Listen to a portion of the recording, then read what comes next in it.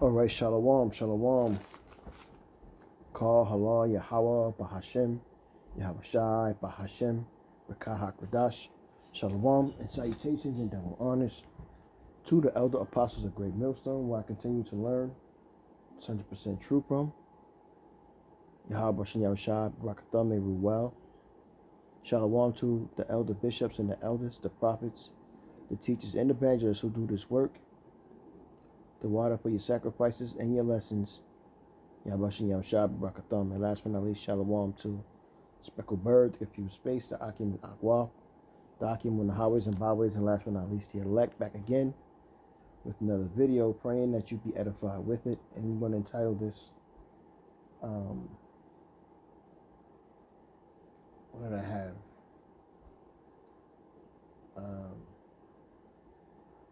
For it was founded upon a rock. I got inspiration from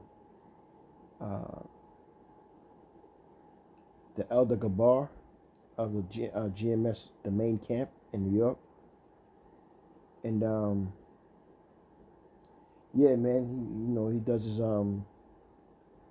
inspirational verses, and I took that verse and used it to build off of it to create a lesson. So I Barak Zah for that, Barak Shy, that I was able to do that, So I got a couple of scriptures I'm gonna read, and I'm not gonna make this long. It's gotta be short because I gotta ready to break out.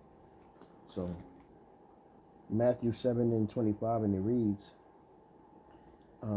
and the rain descended, and the floods came, and the winds blew, and beat upon that house, and it fell not, for it was founded upon a rock. And everyone that heareth these sayings of mine, and doeth them not, shall be likened unto a foolish man, which built his house upon the sand. So we know that a lot of men have built their house on sand and not rock, because they listen not to what Yahweh Shai had to say. Let's go to Luke.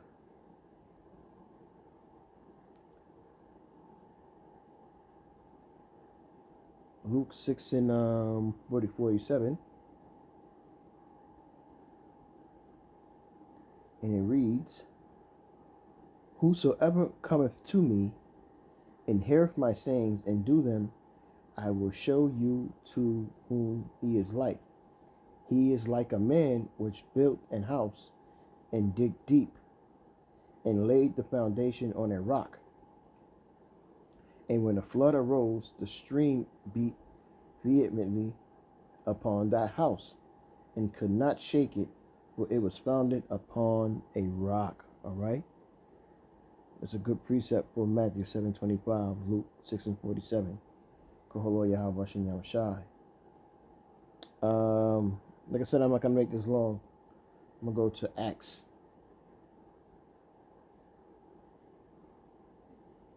Acts 14 and 22. And it reads, confirming the souls of the disciples and exhorting them to continue in the faith, and that we must through much tribulation enter into the kingdom of the Most High. So it's going to be trials and tribulations. It's going to be hard to enter, and it's going to be tough. But if you are of the elect, the Most High will get you where you got to be. Remember that. There's a precept, 2 Ezra 7 and 7. The entrance thereof is narrow, and is set in a dangerous place to fall, like as if there were a fire on the right hand, and on the left a deep water. Okay, so this is what it is. It's a hard trip to get through. The straight gate. Okay, the straight gate.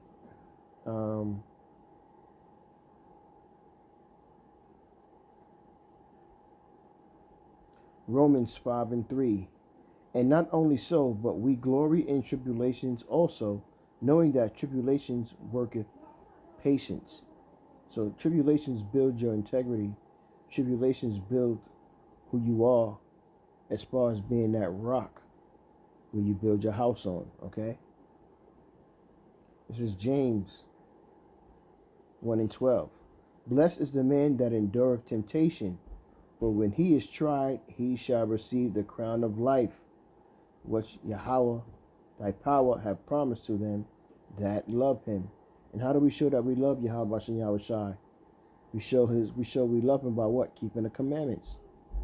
The laws, statutes, and commandments. And the commandments are only given to the Israelites. It wasn't given to everybody. Okay? Let's go to 2 Timothy 3 and 12, and it reads, Yea, and all that will live godly in Hamashiach Yahushai shall suffer persecution, but evil men and seducers shall wax worse and worse, deceiving and being deceived. Because why? The deceive and the deceiver is his, roughly paraphrasing, which is Yahweh Shem Yahushai. Psalms 10 and 2. The wicked in his pride doth persecute the poor. Who's the poor? The Lazarus. Who's the Lazarus? As synonymous with the Israelites. Let them be taken in the devices that they have imagined. So King David is speaking of something that happens many years later with Haman. And we all know who Haman is today, right? Haman setting up to have us destroy the Israelites, but it ended up having him and his family being destroyed, hanging on those gallows, right? But we're going to go through persecution, okay?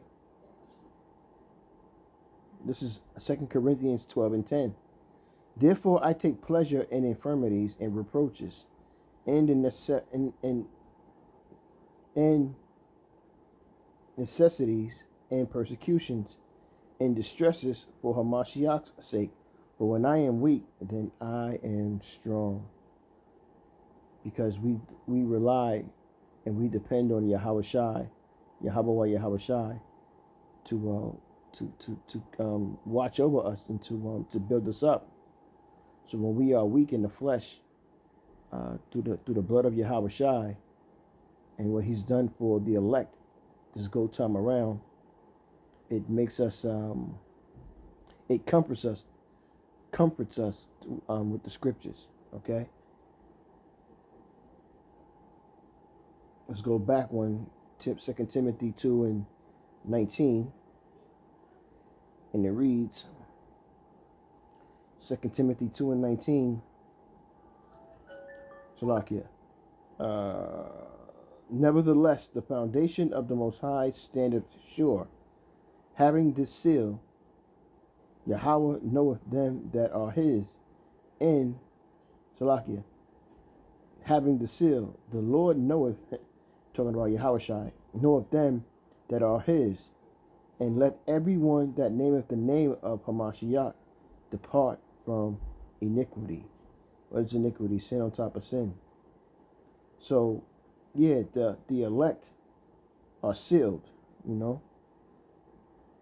There's a classic one, good precept, Ezekiel 9 and 4. And the Lord said unto him, Go through the midst of the city, through the midst of Jerusalem, and set a mark upon the foreheads of them that sigh and that cry for all the abominations that be done in the midst thereof. So today that will be the elect. Go to the elect and seal them, because the elect are the ones now that are crying and sighing and praying, and they want to get out of here. Okay? Like I said, I wasn't going to make this long. This is 1 Peter 1 and 5, and it reads,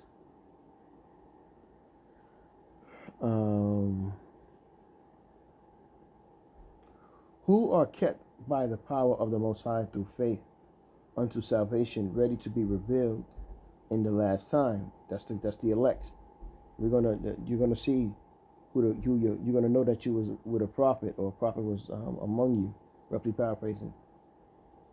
Wherein ye greatly rejoice, though now for a season, if need be, ye are in heaviness through manifold temptations, that the trial of your faith, being much more precious than of gold that perisheth, though it be tried with fire, might be found unto praise and honor and glory at the appearing of Yahushua HaMashiach, whom having not seen ye love, in whom thou now ye see him not, yet believing ye rejoice with joy unspeakable and full of glory, receiving the end of your faith, even the salvation of your souls.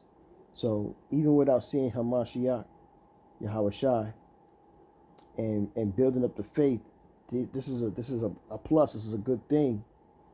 This is why I have a picture of him and people behind him.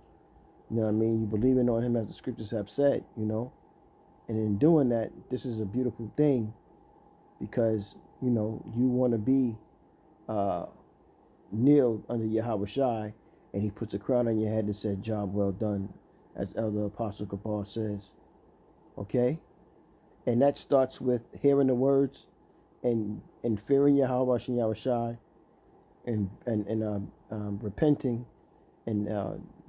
and having the faith and doing the work to show your love, and also going through the trials and tribulations that are set in the time of temptation, and coming out on top, overcoming, right? So with that, Abarak is how you edified, man. And with that, I'm going to say, Call Halal Yahweh, Bahashem Yahushai, Bahashem Rakah HaKradash. Shalom and salutations again in double honors to the Elder Apostle GMS on down, and shalom to the elect. Shalom.